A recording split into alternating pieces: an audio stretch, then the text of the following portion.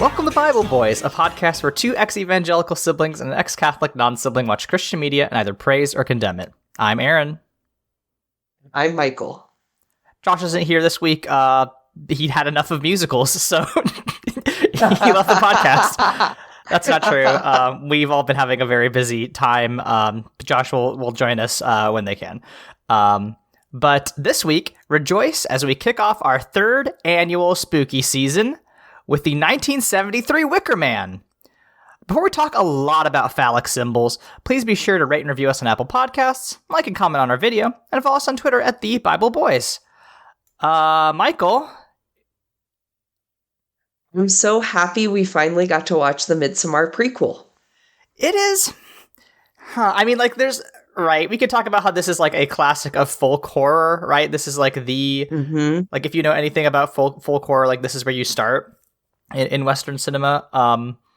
But yeah, I gotta say, this is kind of a softball. I know you kind of like to ramp us up to actually having scary movies at the end of spooky season. But yeah, this one definitely did not unnerve me nearly as much as Midsommar did. Yeah, I think I agree. So, truth be told, I've never seen this film, and I felt like, what better than to use this platform to watch movies I want to watch? I mean, that's kind of the point of spooky season. It's like, well, we do pretty much dog shit media all 11 months of the year. But then once in October, Michael's like, Aaron, you need to watch a real movie. And then once one of the four turns out to be like pretty good. The first time it was The Witch, which I still love. Last time it was Midsommar, and I guess this time it's The Wicker Man. I did like this film. I thought it was certainly very interesting. But yeah, I'm not sure that it hit as hard as Midsommar did for me. I think some of that's the age. So, audience, if you want to listen to a plot summary, you could just listen to our Midsommar episode because it's not dissimilar. It is a outsider coming into a very insular, culty community that have pagan rituals. The biggest difference is this film takes two very, very, very bold stands that Midsommar never does. The first is ACAB. This is maybe the most anti-cop movie we've ever watched. It really is. And the second is don't be a virgin. Listen. And that's basically it. The thesis of the 1973 Wicker Man is be cool and you won't get ganked by a bunch of pagans. Yeah, like, so I love to think how long I would survive in a horror movie, and this is one that I'm like, I would make it to the end and probably end up incidentally being the May Queen of these villagers. They'd be like, that's our kind of person, we're recruiting you, you fit right in. Yeah. Unfortunately, similar problem with Midsommar, in that I am not a white person. And also, I mean, like, this one kind of makes sense in that it's like, I'm not sure exactly where it's set, but it's like an isle off the coast of Britain. Yeah, it's like Scotland in the like Scottish Isles. It seems extremely like a Scottish or Celtic kind of area. But there's no non-white people in this movie. And that's honestly, it doesn't bother me. It's not really what this is about. This is wholly about a specific kind of paganism. And listen, I know where I stand in horror movies. This is the month where I push Michael and Josh to the front and I hide behind them. But no, I mean, like, I really think that this is a film that, like, yeah, is really trying to. I don't know if the message that it is trying to get across is more deep than just like, wouldn't it be fucked up if this happened? But like, I still think it does it effectively. I think it kind of explores something really interesting, and maybe this is just me being kind of filmy about it, but it does feel like it's drawing some comparisons to the main character, the cop's own religious beliefs and the wild religious beliefs that we see of the cult. I mean, it definitely is interesting. Yeah, I mean, it definitely is trying to make those comparisons, right? It starts with him going to, I assume, Anglican mass, whatever the Anglicans do. when they're trying to rip off the church. But Catholic light. yeah, exactly. Listen, if you're gonna steal anything from Catholicism, steal the rituals and aesthetics. Don't steal the beliefs. But like, yeah, I mean, it's very clearly a film that is in conversation with, like, Christianity isn't the oldest religion in the world, around these parts. Yeah, and it kind of also feels a little like, I don't know, the pagans are the antagonist of the film, but like kind of not. I never don't read know. them as hostile. I always kind of Yeah. read them as just being like, this weird guy showed up and we want him to leave, or also, we also want him to water our crops, metaphorically. Right, and like there was a scene with I believe it was Willow. I'll be honest, I get Willow and I think Daisy Is Willow the mixed up. barmaid's daughter? Or, yeah. Yes, where he's basically like, I'm a virgin, I don't believe in that until marriage, and she's like, suit yourself. And it's just kind of a warning. It's like, hey dude, like, I am offering you an out here. Like, you could Oh. leave, you could have sex, or you could die. Those are the three choices. That's such a good read. I never even thought of that. I thought she was just kind of just like, I'm gonna fuck with this guy. Because she literally looks at him and goes, well, suit yourself. Yeah, no. I thought she was just cool. Look, no one raised with that few people to interact with ends up cool. That's true. Everybody on this island is like a little bit of a special person in that they were raised in a cult. But like, listen, as cults go, they can hang. Like, there's some scenes like where they're just like singing in the bar, and it's like, that scene's kind of nice. Right, and like, I don't know, maybe I shouldn't throw stones in my glass house, but like, they get actual sex ed on this island. So we're going to take you like very, very, very loosely through the plot, because the plot is actually pretty simple, I think. I feel like a lot of films really set prior to 2000 have very simple plot lines, because I think that we were still kind of treating film even that late as like theater. And so I personally find a lot of times when I'm watching anything before the year 2000, like, this is I can explain it in 2 paragraphs movie. And some of it's also because they tend to be shorter. The theater comparison is apt though, because this is adapted from a screenplay that was adapted from like a production that was supposed to be put on for theater, and you can kind of feel that like this would also work.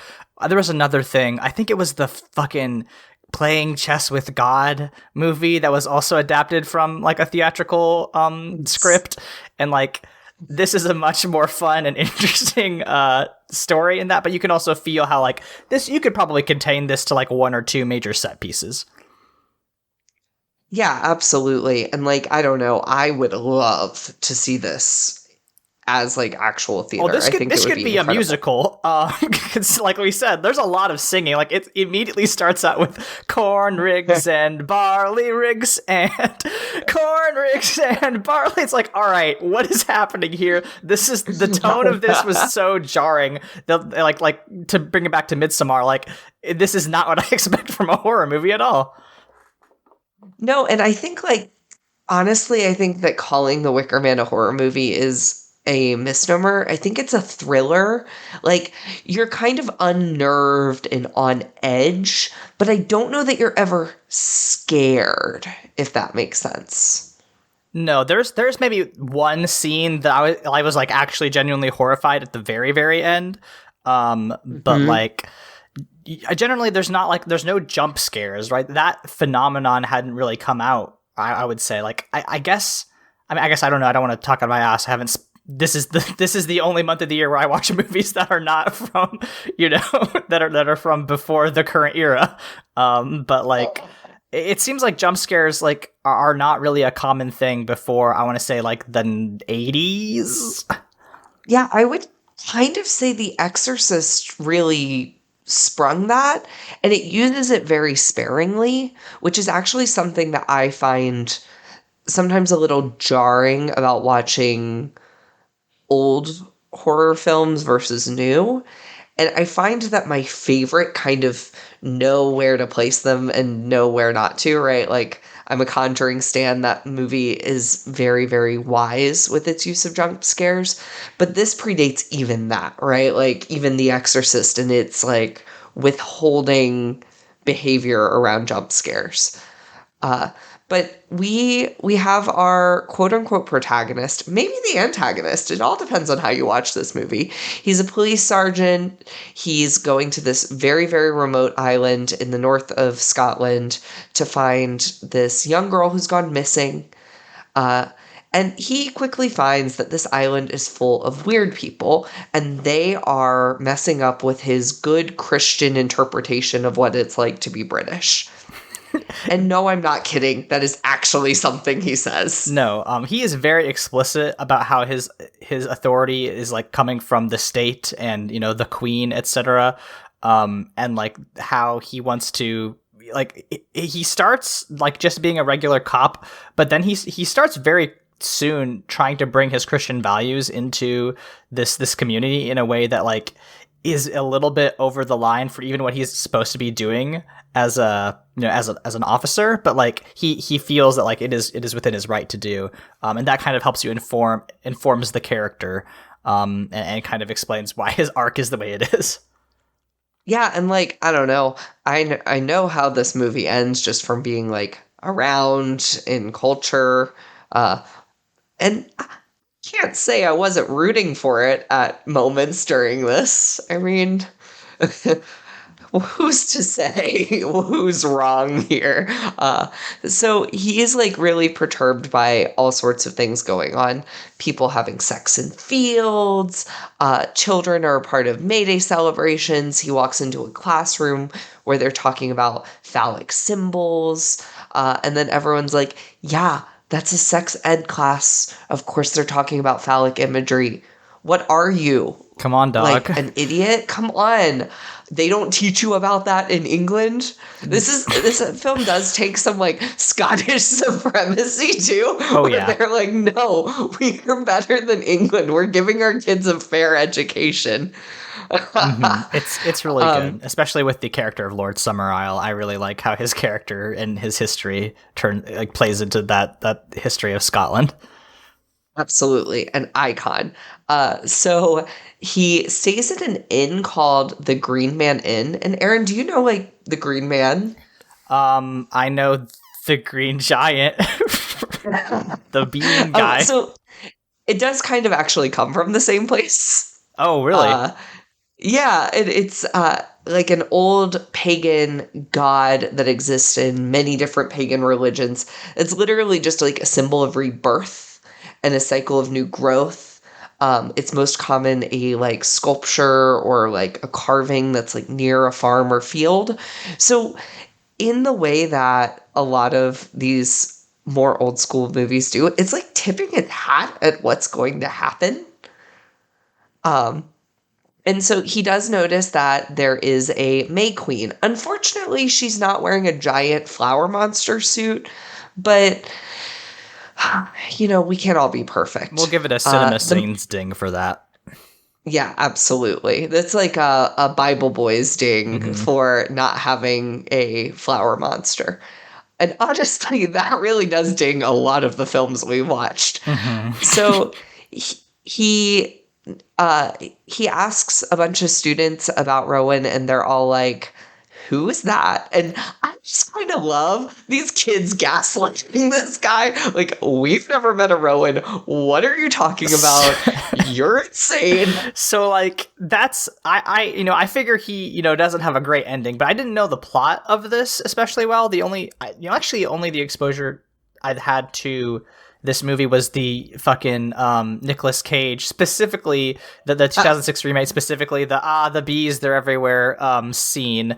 But like, I didn't actually know what happened in this movie, so like I was like, oh, Rowan's fucking dead. Like she's in that grave somewhere, and they're growing a tree out of her. So like when the reveal comes that they are, spoilers for this fucking 40-year-old movie, lying to him about Rowan being dead, I was just like, oh shit, she's alive. Oh no.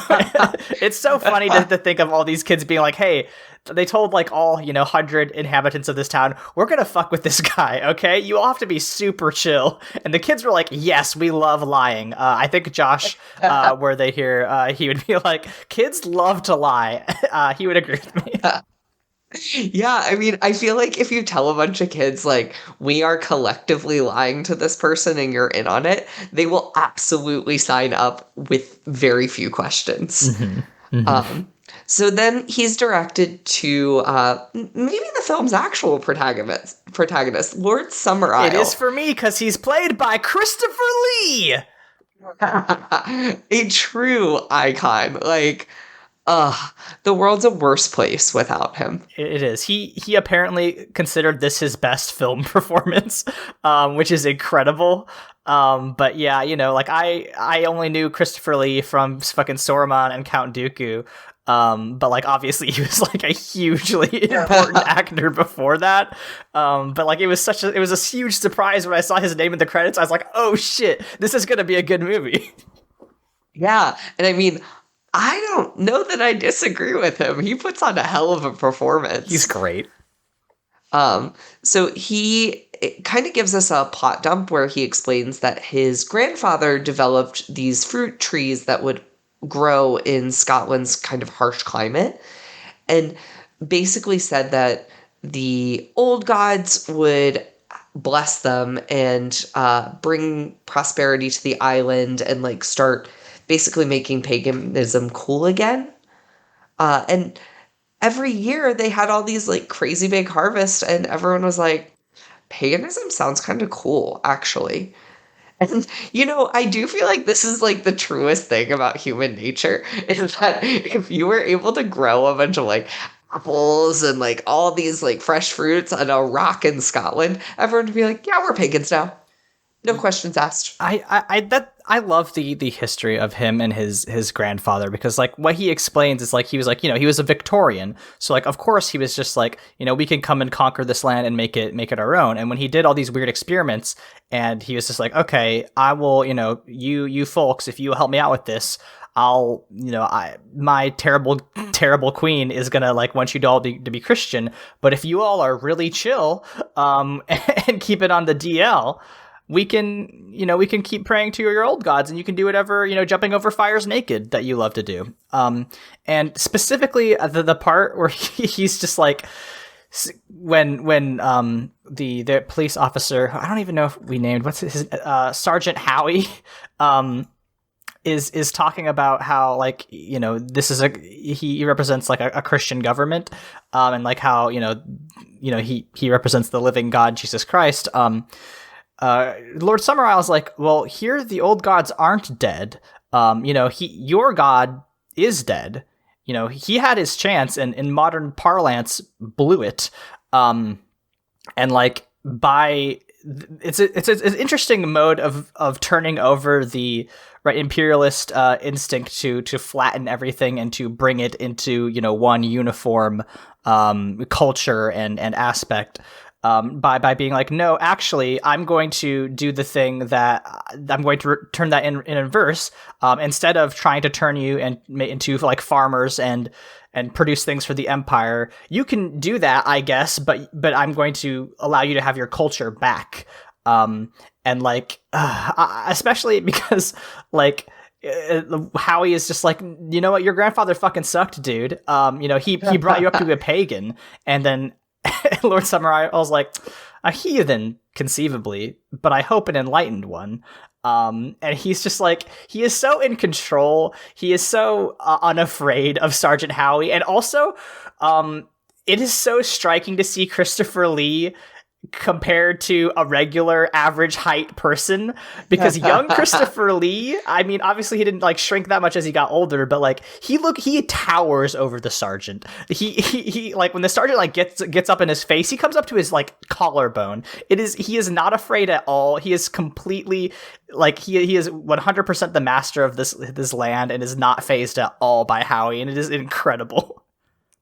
Yeah, like for our contemporary listeners, Christopher Lee is the same height as 6'5" King Lee Pace. Oh my lord, he's huge. A full 11 inches taller than me. I was gonna say he's probably a foot taller than the entire cast of the Bible Boys. Yeah. So Howie decides, you know what? I'm gonna go exhume this child's grave and figure out what happened. And all he finds is a dead body of a bunny.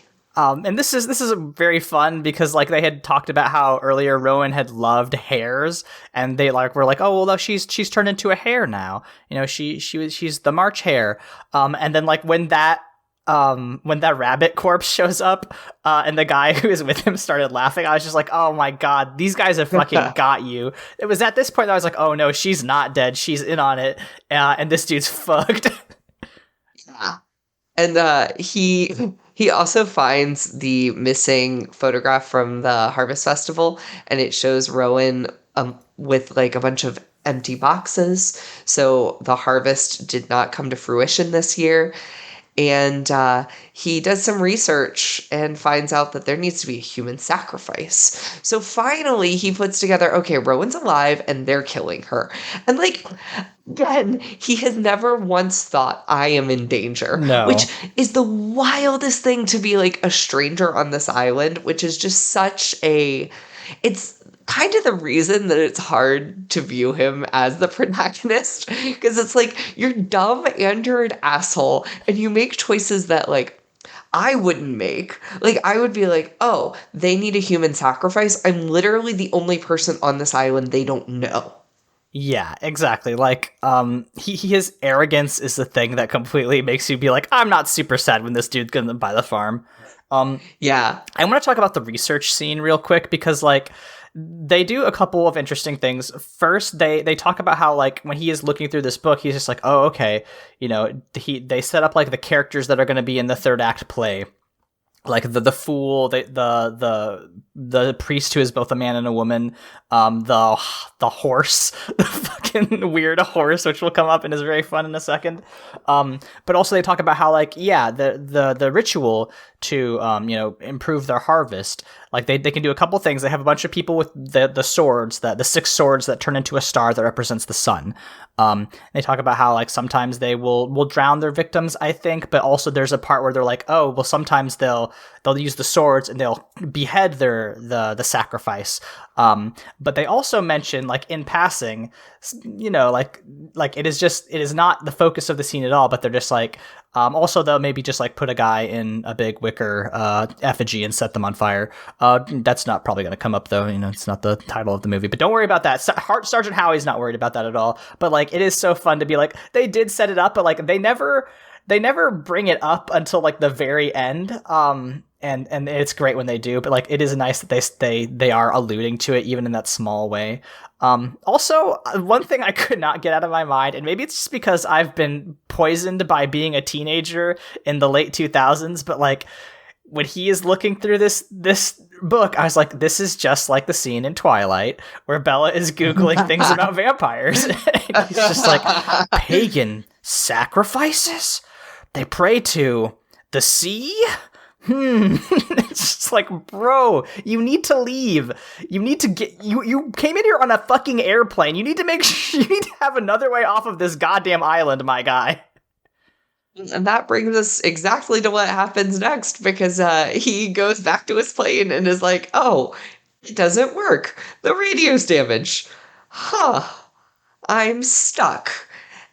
And yet, he still is like, I'm gonna save Rowan.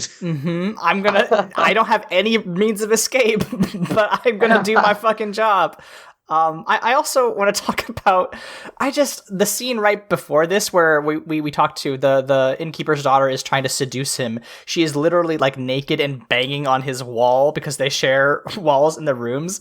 That man is the horniest man alive in that moment. He is like, this is truly like what I imagine the saints are going through when they are like trying to pray away their horniness. He is like in a white nightgown, like kneeling by his bed and praying, and this naked woman is like serenading him from the other room, and just like we get the shots of her like shaking her ass and like banging on like the picture frames are jiggling. He's like sweating profusely, just like, oh Lord, please deliver me. It is the funniest shit imaginable. He has like an anime nosebleed.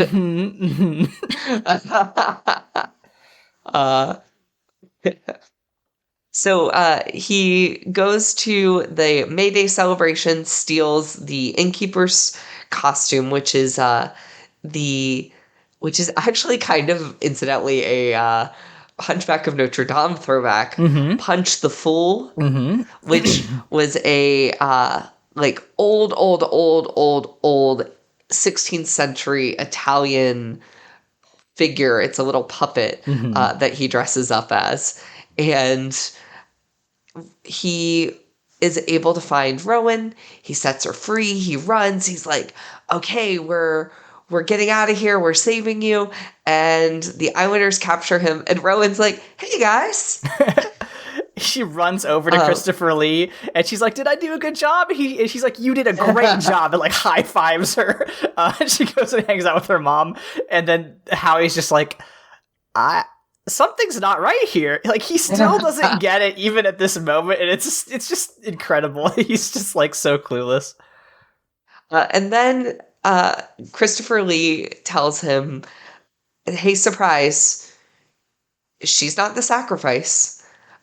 So there are four rules of being a sacrifice to these gods. You have to come to the island on your own free will. You have to have, quote, the power of a king. You have to be a virgin, and you have to be a fool. And Howie is all of those things literally right now. And always. I wonder, like, it's so funny that they made him he dressed up like the fool, and it seemed like that wasn't a requirement. He just like bought into it fully. I think they still would have gone through if he had dressed up as like the horse or something. They'd be like, you're a fucking moron, dude. Get over here.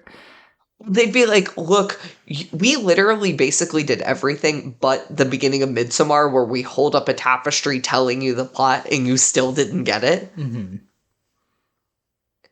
So Howie's like, the crops are failing because of climate change. He's like, the climate doesn't work here. For you, even though it did for 2 generations. That's the message I got from him. And that he then is trying to be like, Summer Isle, guess what? Your villagers are going to sacrifice you next summer when the harvest fails again. And he's like, no, they're not. I'm literally their leader. What are you talking about? I don't know. This scene from Howie kind of felt more like less like a protagonist is like getting caught by the bad guy, and more like a villain being like, but wait, my plan was right. What are you talking about? Yeah. No, and it comes across as like a little bit desperate. Like, he's just like, well, I know that I'm right because I believe in our Lord Jesus Christ. And, I'm going to place a curse on you. I'm going to say, well, this is actually what's going to happen to you, you fool. And Lord Samara is like, no, I don't think you understand, sir. This is going to work because you're such a fucking moron that the gods are going to eat you up. He's like, they're going to think you're yummy. So, okay, we're putting you inside a giant Wicker Man alongside a bunch of animals and set it on fire, singing a Middle English folk song while Howie recites Psalm 23 in praise to God. And he's burnt to death. The scariest scene in this film is when they are bringing him up the hill and you see the Wicker Man at last. It is so big and just imposing. It is this dark, ominous figure, and the implication, the violence inherent in that effigy is so scary. It genuinely freaked me out. Like I'm getting like chills talking about it because it is so horrible to look at. Like the whole of this movie has been like a little bit upsetting, but like you can kind of tell where it's leading. And when you finally get that reveal, I was just like, oh Lord. And like he starts, Howie also has that reaction because before he gets stuffed in there, he just starts screaming and begging. He's like, no, please God, don't put me in that thing. Please God, no, please. It really is like a horrifying scene, and I think it's really satisfactory, right? Like I about halfway through this film I was like, "Oh no, am I not going to love this?" And then really the second half they stick the landing and everything pays off in a way that makes a lot of sense. And this scene really just is impeccable. Like to me, this is where I was like, oh, this is the prequel to Midsommar. Like this walked so Midsommar could fly, and we could get that final scene of Danny laughing with the fire burning everything down. Yeah. I think the last shot is the Wicker Man like finally falling, and then like pans up to the setting sun, and then the credits play, and it's just like, that's great. That's such a good touch. Yeah, I mean, I thought it was excellent. And yeah, I do have some fun facts for you. Oh, good. Um, so would you believe that a certain festival was inspired by none other than this film? Oh, Burning Man. Burning Man is directly inspired by this film. Okay, that's interesting. How does that come about? I cannot find very much about why, other than it is definitely the inspiration, which to me, just my fan theory here is that that someone was on an acid trip and watched this film and went, you know what we should do? We should go out to the desert, build a giant structure, set it on fire, and like do a bunch of drugs around it. And now they do it every year. Mm-hmm. Wicker Man births Burning Man. Burning Man, people do a bunch of drugs around a big fire, and then Midsommar gets made. It all comes full circle. It does. In which they do drugs and burn a giant structure. So there is a really funny interview where the screenwriter talks about the movie, and he says he wants it to be, quote, a little more literate than the average horror film of the day. And what he meant by that is like, let's hold back on the violence, no gore, and let's really like talk about like abstract human horror. And, while that quote is the most 1970s thing I've ever heard, I kind of get it. I was just going to say, like, that seems like it might have been a shot at The Exorcist, but, like, these movies came out the same year. Yeah. Oh, like, my Lord. I actually think The Exorcist was kind of a similar condemnation of traditional horror, right? Because Wicker Man came out December 6th. And The Exorcist came out the 26th, 20 days later. Yeah. Oh my God. So, like, yeah. What a Christmas, folks. The spookiest Christmas of the 70s. You would have had my ass glued in the movie theater with both of these. I'm wondering, I don't know, Michael, you probably have a much deeper well of film knowledge than me, but like the horror that I think about when I think of like the 60s, I was about to like, is Hitchcock, right? Is Psycho, right? Yeah, like I think of Rosemary's Baby, but that's because I have like a fondness for that movie. As we know, but yeah, like it's Hitchcock. It's slashers, like early ones. Because I'm trying to think of like, I guess Alien was 1980. That's far too late. Right. But like, I don't, the way that I conceive horror, like I think that a lot of people of our generation and maybe even Gen Z conceive of horror is like stuff that is kind of rooted in the 80s. You know, we as a culture are kind of stuck in a perpetual nostalgia loop that starts for the 80s, I feel. Right. And like we were just recycling our culture since then. But like, yeah, I don't know. It just feels so strange to me that they're like taking shots at things that we would consider classics. Right, like this to me, like I just pulled up really quick horror movies 1960s, and you have Night of the Living Dead, Rosemary's Baby, The Birds, Psycho, The Haunting, Children of the Damned, like all of these films that like are kind of classic horror films, but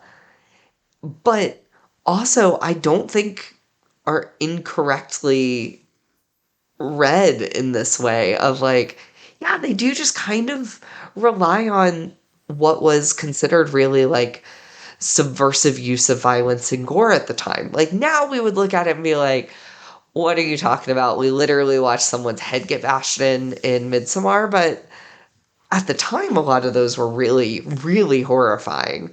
Uh and yeah, I do think it was kind of a shot. So there, let me see. We're going to talk a little bit about a certain actress who was really the breakout star. It's Britt Eklund who plays Willow. And so Britt got into some trouble because they were filming in Galloway, Mm-hmm. and she called it the bleakest place on earth. Ah, rude. But that's not all I have about her. Uh, would you believe that her partner at the time tried to block the release of this film when he learned that she appeared naked and that Bro, we know who this partner is? who's the partner? I want to see if you can guess because you're not going to be able to. Okay, I had her Wikipedia up, but I'm tabbing away. Let's see. This is 1973. Who do I think would be against nudity in 1973? My first instinct is to say like one of the people who founded Focus on the Family, but I think that's not an English person. What Right, English like people this do I know? this is a British person. You're on the right track. George Harrison. You know, you're not crazy off. It's Rod Stewart. Oh no. Rod Stewart? Oh, interesting. Well, I was kind of close. Yeah. You know, do you think I'm sexy? Was like, no sex. No, absolutely not. Yeah, so he tried to block this film from being released, and the so in spite of the setting of this film, the island that this is supposed to be in would have actually still spoken Gaelic as recently as the 1960s. But some of the customs are actually English, so this like very much was an English film trying to be like a little subversive. Mm-hmm. And the last thing I have is actually about something I find really funny. It's one of the only parts that wasn't shot in Scotland was shot over South Africa, and it's the plane shot of them landing. And it's because it was cheaper for them to film over South Africa than to paste blooms on all of the dead trees in Galloway. That's really funny. So if you want some context as to why our good old gal Brit was like, this is the bleakest place on earth, they didn't have the budget to even paste flower blooms on the trees. No, this film had a budget of £500,000, and did not do super well in the box office. It's just, one of those cult classic things. But yeah, that I 100% believe that they're just like, well, we're going to lean out the window of an American airliner and just kind of hope for the best. Yeah, I mean, like, it makes sense. This was pretty much a, bare bones film. But it has also inspired a remake, which was terrible, set in 2006. It is one of the most unintentionally funny movies you've ever seen. I actually have seen that one, and I would actually boycott watching it on this because it's damn near unwatchable. It's Where the Bees comes from. Nicolas Cage himself is like, yeah, that's a stinker. But this film also, I learned today, has a 2011 offshoot that's like a spiritual successor called The Wicker Tree. Which has some similar themes. And I'm going to do a little, because my spooky season has really been way more loose this year. I'm going to do a little research because I didn't have a ton of time today. But if it's any good, then it will make it onto our list. And if not, this will be the last you hear of it, audience. That's all I have. Should we rate this thing? Yeah, let's do it. I'll give this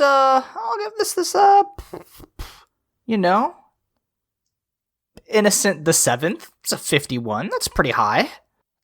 I'm going to give this a 4 out of 5 May Queens because they just didn't get the flower monster part and I can't let it go. Yeah. I mean, I think this is one of those films that like would have benefited a little bit if it was made a little bit later. Just with the the advent of having maybe nicer props. I mean, actually, the actual answer is like if it had 3 times its budget, it would have been a little bit more spectacular. But like, yeah, I think they did a remarkable job with what they had.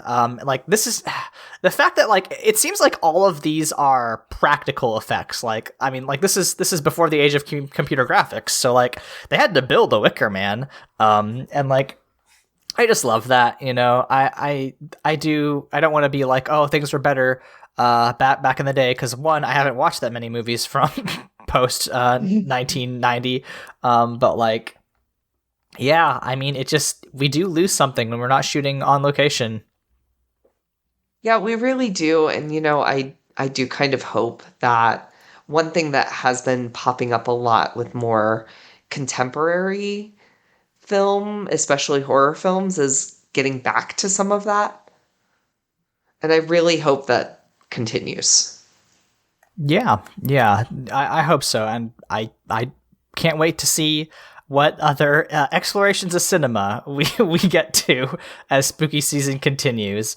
Do you want to warn me, I guess, what I have to watch this weekend? Yeah, so I have decided we are scaling up, and I only have one potential switch around.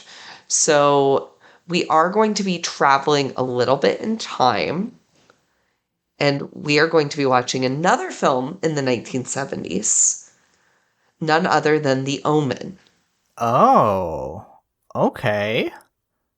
The original Omen. That'll be... The original. All right. I'm game. Yeah.